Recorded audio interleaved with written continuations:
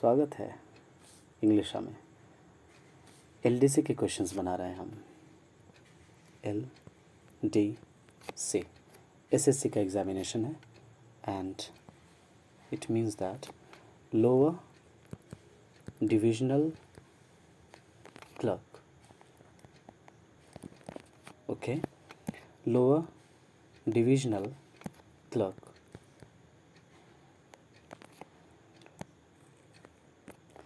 To 2014 के दिए गए क्वेश्चंस जिसमें हम ओपोजिट वर्ड्स देखेंगे। क्वेश्चन पूछने का क्या पैटर्न है, 5 क्वेश्चंस पूछे गए हैं। तेज़ी से बनाते हैं हम लोग और इसकी हेडिंग पर नज़र डालते हैं। आइए, क्वेश्चन कुछ यूँ है। इन द फॉलोइंग क्वेश्चंस, मैं एक एक चीज़ आपको समझाऊंगा। In the following questions choose the word opposite in meaning, opposite in meaning to the given word and mark it in the answer sheet. Okay, what does this heading mean? In the following questions, कि दिए गए questions में choose the word, उन शब्दों को चुनें जो कि ओपोजिट इन मीनिंग, अर्थ में उल्टा हो। किनके? टू द गिवन वर्ड, दिए गए शब्दों के। And mark it in the answer sheet, और उसे आंसर शीट में मार्क करें। यानी हमने क्या कहा, क्वेश्चन से समझते हैं।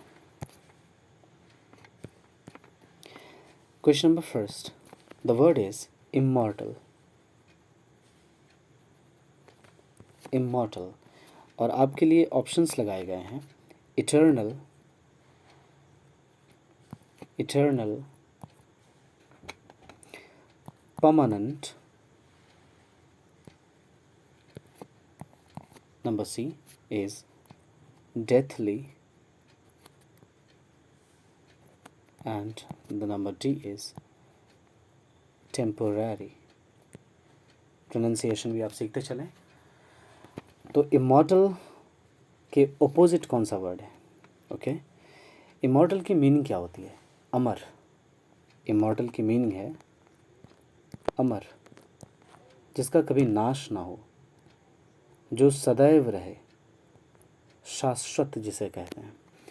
तो टेम्पररी क्षणिक होता है। अगर आपको हिंदी से मदद मिल रही है तो अच्छी बात है। टेम्पररी मीन्स क्षणिक। तो इमॉर्टल का ओपोजिट, इमॉर्टल का उल्टा टेम्पररी होता है। क्वेश्चन नंबर सेकंड की तरफ बढ़ते हैं। The second word is focus.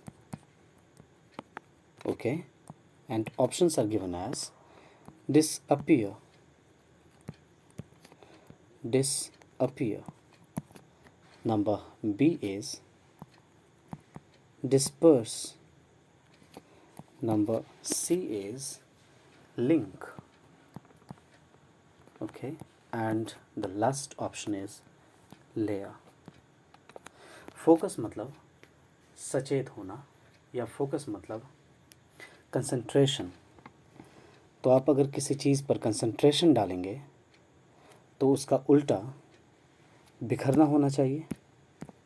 ध्यान का उल्टा बिखरना। तो डिस्पर्स मीन्स बिखरना होता है और फोकस मीन्स ध्यान होता है, कंसंट्रेशन होता है। तो फोकस को अपोजिट डिस्पर्स। एक्चुअली हम ये क्या लिख रहे हैं, या तो इसे आप अपोजिट कहते हैं, ध्यान दें, ओपो लिखा हुआ है। ओके, ओपो में हम जिट लगाते हैं तो अपोजिट पढ़ेंगे, इसे अपोजिट नहीं पढ़ेंगे। ध्यान रहे, ओ साउंड पढ़ना है, अ साउंड नहीं। अपोजिट नहीं, opposite. Opposite, actually correct pronunciation और स्टाइल है ऑपोजिट, ऑपोजिट, ओके। या तो इसे ही हम कहते हैं एंटोनिम, इसे भी बहुत लोग गलत पढ़ते हैं, एंटोनिम नहीं, antonym, antonym, okay. Question number 3, the word is veteran, veteran, okay, and options are activist, number B is enthusiastic, enthusiastic, number C is, इसे आप तब तक पढ़ें, देखूं आप क्या पढ़ते हैं, and the fourth option is master, इसे पढ़ते हैं veteran. Veteran means a person who is very experienced in a job और इन अ सिचुएशन, किसी स्थिति या किसी जॉब में बहुत ही एक्सपीरियंस्ड जो हो, तो वेटरन एक एडजेक्टिव वर्ड है, इसलिए मैं सीधे सीधे इसकी मीनिंग एडजेक्टिव में लिख देता हूँ, एक्सपीरियंस्ड, ओके, अनुभवी। और इसे हम पढ़ते हैं नॉविस, नोवाइस नहीं पढ़ते, ध्यान रखेंगे, नॉविस, नॉविस मीन्स जो एक्सपीरियंस्ड नहीं हो, नया हो, new one.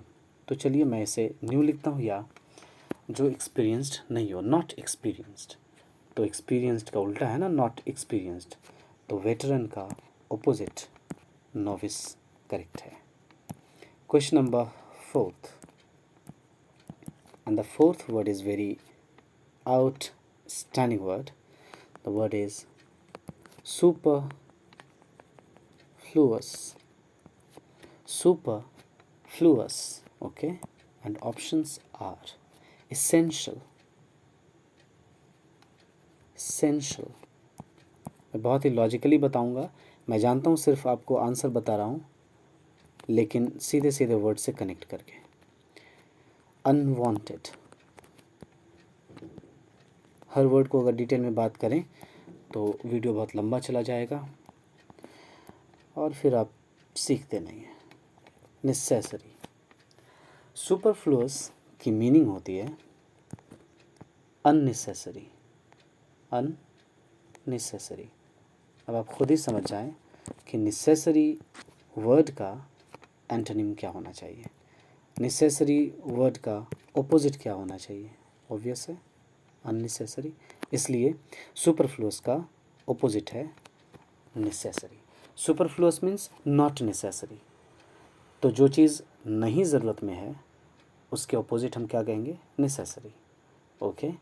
Superfluous, necessary, superfluous means extra, अत्यधिक दिया हुआ है आपको, तो जितनी ज़रूरत नहीं है उतनी दी गई है, ये ज़रूरत से ज़्यादा दी गई है, और ये सिर्फ़ और सिर्फ ज़रूरत के मुताबिक दी गई है, तो सुपरफ्लुअस का ऑपोजिट नेसेसरी। सुपर मीन्स ऊपर, ज़रूरत से ऊपर, ज़रूरत से ज़्यादा, ऐसा समझ लें आप। Question number last of this session, that is the 5th one, and the word is equilibrium, equilibrium,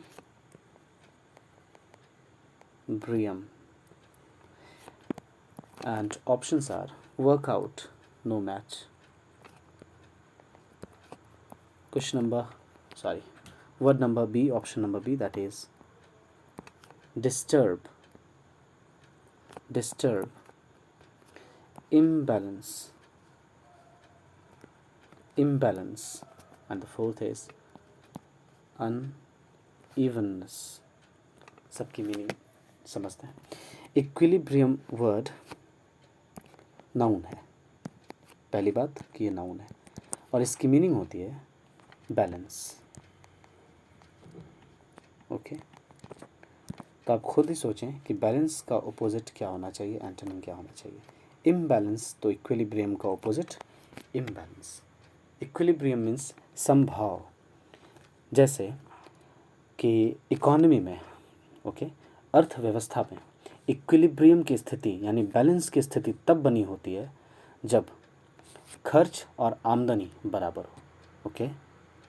when income and expenditure are equal, then we observe the equilibrium in our economy, Okay, so the opposite, the antonym of equilibrium is imbalance. Thank you so much. आप इसी तरह से बने रहें English पर और हमारे साथ कुछ कुछ सीखते रहें। ज़रूरत लगती है सब्सक्रिप्शन की, सब्सक्राइब कर लें, अच्छी चीज़ सीखेंगे और अच्छे स्टूडेंट्स तक इसे ज़रूर पहुंचाएं। Thank you so much. मैंने अपना किया, आप अपना करें। Stay tuned, stay healthy.